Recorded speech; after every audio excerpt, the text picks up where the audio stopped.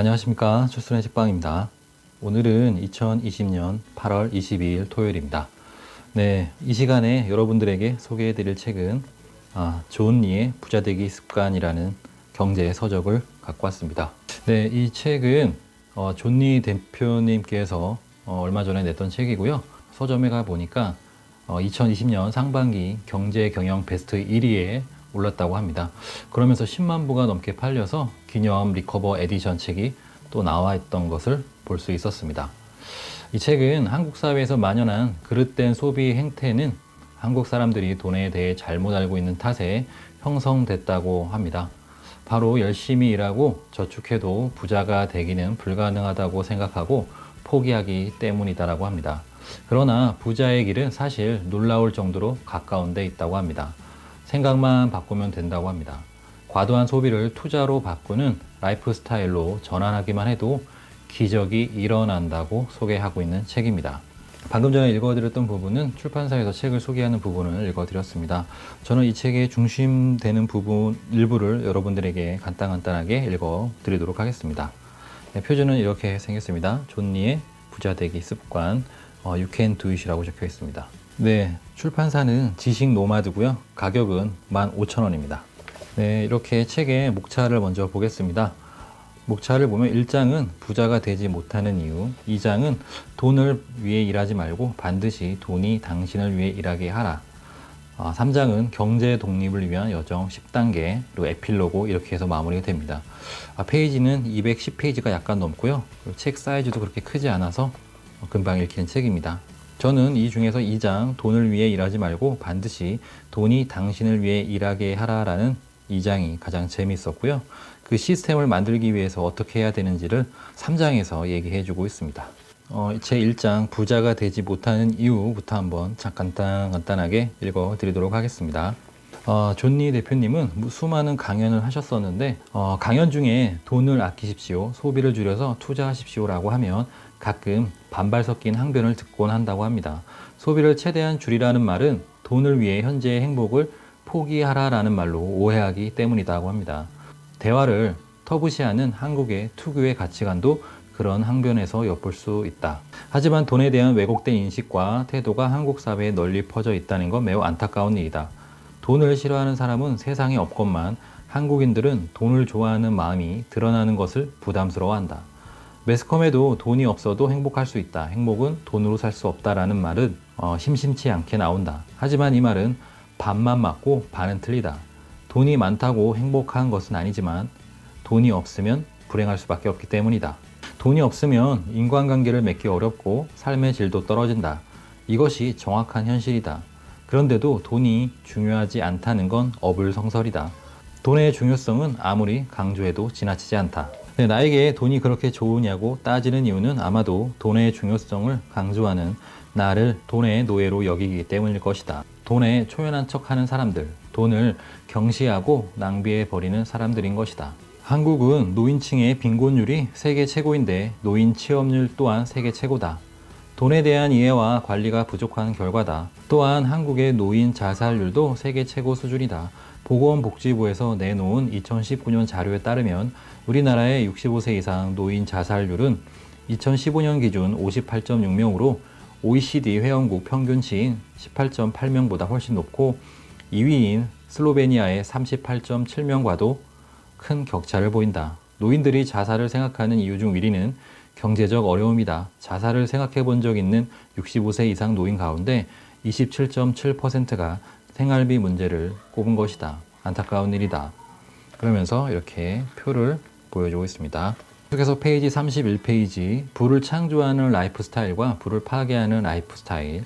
세상에는 두 종류의 라이프 스타일이 있다. 부를 창조하는 라이프 스타일과 부를 파괴하는 것이다. 필요 없는 지출을 줄여 노후를 위한 투자를 일찍 시작하는 라이프 스타일이 전자라면 반대로 본인의 수입보다 과도하게 지출하는 라이프 스타일은 후자에 속한다. 만일 당신이 지금 부자가 아니라면 자신을 한번 냉정하게 뒤돌아보자. 당신의 라이프 스타일은 부를 창조하고 있는가 아니면 부를 파괴하고 있는가? 안타깝게도 한국에는 후자의 라이프 스타일을 가진 사람이 대부분이다. 많은 사람들이 노후 준비를 위해 투자할 여유가 없다고 말을 하면서도 필요하지 않은 소비를 위해 꺼리낌 없이 돈을 쓴다. 술을 마실 때도 한 번에 그치지 않고 2차, 3차까지 여러 번 자리를 옮겨가며 마시고 서로 술값을 내겠다며 호기를 부리는 광경도 자주 볼 수 있다. 고가 브랜드의 옷과 액세서리, 화장품, 가방 등도 거침없이 사들이고 동료나 이웃이 사는 물건은 자신도 사야 한다고 생각한다. 노후 빈곤의 비참한 현실이 곳곳에서 펼쳐지고 있는데도 자신의 노후에 대한 절박함이 없는 사람은 매일매일 투자하는 대신 비싼 커피값을 아무 생각 없이 지불한다. 부유하게 사는 것처럼 보이고 싶기 때문이다. 이러한 습관적 낭비를 줄여서 마련한 돈은 노후 준비용 투자금으로 전환하는 지혜가 필요하다. 네, 여기서 재미있는 부분이 나옵니다. 우리가 부자가 되지 못하는 3가지 이유를 얘기하고 있습니다. 첫 번째 이유는 사교육비라고 합니다. 한국은 OECD 국가 중 노인층의 빈곤율과 기대 수명이 가장 높은 나라다. 한국 노인층을 가난하고 비참한 상태로 오랫동안 살아가게 만드는 원흉은 바로 사교육비다라고 주장합니다. 통계에 따르면 노후 준비를 하지 못하는 가장 큰 이유는 자녀의 교육 자금과 결혼 자금 마련이라고 합니다. 그러면서 통계를 이렇게 보여주고 있습니다. 한국의 부모들은 사교육비를 당연한 지출이라고 여기고 자녀에게 사교육을 시키지 않으면 큰일이라도 날 것처럼 힘들어한다. 하지만 나는 사교육비로 100에서 200만 원씩 쓰는 사람들을 보면 정말 강심장이라는 생각이 든다. 사교육비 쓰는 만큼 아이가 공부를 잘하는 것도 아니고 지금 성적이 조금 오른다 해서 나중에 잘 사는 것도 아닌데 그 많은 돈을 어떻게 사교육비로 탕진한단 말인가. 그러면서 그 사교육비를 아껴서 투자를 가리키라라는 내용이 뒤에 나와 있습니다. 우리가 부자가 되지 못하는 3가지 이유 중에 두 번째는 바로 자가용입니다. 내가 서울에 와서 가장 감사하게 생각하는 것 중에 하나가 차를 운전할 필요가 없다는 것이다. 부를 파괴하는 라이프 스타일의 요소 중 가장 사교육비 다음으로 대표적인 것이 자가용과 관련된 비용이다. 나는 한국에 온 이후로 자동차를 사지 않았다. 필요성을 느끼지 않았기 때문이다. 한국 도시의 대중교통은 세계 최고 수준인 반면 이용료는 가장 저렴하다. 스마트폰으로 지하철 노선은 물론 버스의 시간표와 현재 위치까지 알 수 있다. 내가 일했던 뉴욕 회사에서 높은 연봉을 받는 동료들 중에도 뉴욕시에 사는 이들은 대부분 차가 없었다. 자동차는 사는 순간부터 감가상각이 시작되기 때문에 바로 손해다. 반드시 필요한 상황이 아니라면 자가용 구입에 덜 큰 돈을 앞으로 가치가 오를 주식에 투자하겠다는 게 훨씬 현명한 생각이다. 그러면서 워런 버핏의 자동차 철학도 얘기해주고 있습니다. 버핏은 2006년형 미국 차를 2014년까지 운전했고 그의 딸로부터 자동차가 너무 낡아 창피하다는 불평을 듣기도 했다고 합니다. 2014년에 그는 약 6천만 원 정도의 미국 차를 구입했다는데 이를 두고 세계 최고 부자답지 않게 궁색하다고 평하는 사람들이 있다고 합니다. 하지만 바로 이 차이 때문에 워런 버핏은 부유하고 다른 많은 사람들은 가난한 것이다라고 얘기합니다. 우리가 부자가 되지 못하는 3번째 이유는 부자처럼 보이려는 라이프 스타일 때문이라고 합니다. 한국에 와서 신기했던 것 중 하나는 사람들의 씀씀이었다. 넉넉하지 않은 사람들도 비싼 승용차를 타고 백화점에서 명품 쇼핑을 즐긴다. 주저함 없이 해외여행을 떠나고 거리는 연일 먹고 즐기는 사람들로 북적인다. 하지만 나는 그런 모습들을 보면 무척 걱정이 된다. 그들의 미래가 보이기 때문이다. 그들은 부자처럼 보이기 위해 부자의 길에서 점점 더 멀어지고 있는 것이다. 젊은 사람들 역시 마찬가지의 생활 방식에 젖어 있다. 하루에도 몇 잔씩 값비싼 커피를 마시고 비싼 옷이나 화장품도 주저하지 않고 구입한다.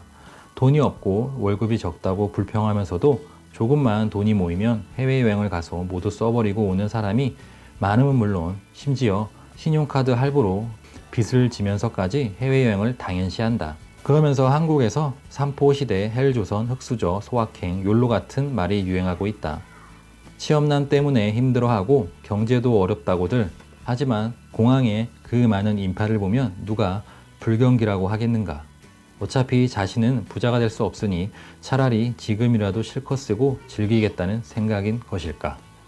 금융 문맹은 질병이자 악성 전염병이라는 내용으로 우리나라가 금융 문맹이라는 나라를 지적을 해주고 있습니다. 다음으로는 직업 선택 시 당신은 돈을 중요한 가치로 보는가 라는 부분의 일부를 읽어드리겠습니다. 우리나라 대학생들의 선호 직업 1순위는 공무원이다. 또 각종 공무원 시험을 준비하는 젊은이가 44만 명이나 되고 공무원 시험 경쟁률은 매번 수십에서 수백 대 1에 달할 정도다. 모 기관에서 조사한 바에 의하면 60%에 가까운 대학생들이 공무원 시험을 준비할 의향이 있거나 이미 준비 중에 있으며 교사, 공무원, 국영기업체, 직원 등은 자신이 희망하는 배우자 직업 순위에서 매년 상위권을 차지한다. 반면 창업을 원하는 학생들은 극히 드물다. 중국에서는 대학생들의 40%가 창업을 원하는데 한국과 일본의 경우엔 각각 4%, 6% 정도에 불과하다. 왜 공무원이 되기를 원할까? 아마 평생 직장 개념이 깨짐에 따라 정년이 보장되는 공무원의 안정성이 부각되었기 때문일 것이다. 물론 해고될 걱정 없고 퇴직 후엔 연금도 나오니 좋게 생각할 수도 있다. 직업을 보는 관점은 저마다 다르니 어떤 직업을 선택하는 것이 더 좋다고 말하기란 사실 조심스럽지만 직업 선택 시 가장 중요한 기준 중 하나가 돈이 되어야 하지 않을까 하는 생각은 든다. 단순히 해고 염려가 없다는 이유로 공무원을 선호하는 것은 돈의 중요성을 간과하기 때문이다. 공무원이 되면 해고될 걱정 없이 남들만큼은 살겠지만 부자가 될 가능성 역시 없다. 그러면서 우리는 자녀들에게 시험을 잘 보고 싶다는 꿈보다 부자가 되고 싶다는 꿈을 갖도록 해주어야 한다고 주장하면서 미국의 얘기를 설명해 주고 있었습니다. 다음은 원금 보장의 늪이라는 부분 일부를 읽어드리겠습니다. 펀드에 가입했는데 20% 손해봤어요. 앞으로는 절대 투자 안 합니다. 흔히 듣는 말이다. 많은 사람들이 투자를 하고 싶어도 원금 손실이 두려워 투자를 꺼리게 된다고 이야기한다. 실제로 한국에는 원금 보장이 되는 상품을 소개시켜 달라는 사람들이 너무나 많다. 대개 이들이 원금 보장이라는 늪에서 벗어나지 못하고 있는 것이다. 대부분의 노후 자금이 이렇게 원금 보장성 상품에 묶여 있으니 개인들의 자산은 효율적으로 일을 하지 못하고 이는 장기적으로 경기 침체를 가져오는 원인이 된다. 장기적 관점에서 보면 은행 예금은 가장 위험한 자산이다. 예금에 머물러 있는 돈은 나의 노후를 위해 일을 전혀 하지 않기 때문이다. 시간이 갈수록 돈의 가치는 하락하지만 투자 가치는 상승하는 것이 자본주의의 기본 원리다. 장기 투자로 거둘 수 있는 수익률이 은행 예금의 수익률보다 못한 자본주의는 존재의 근거를 잃는다. 그러면서 원금 보장의 늪에서 벗어나라는 얘기를 해주고 있습니다. 장기적으로 보면 주식 투자 수익률은 부동산 투자 수익률보다 월등히 높다.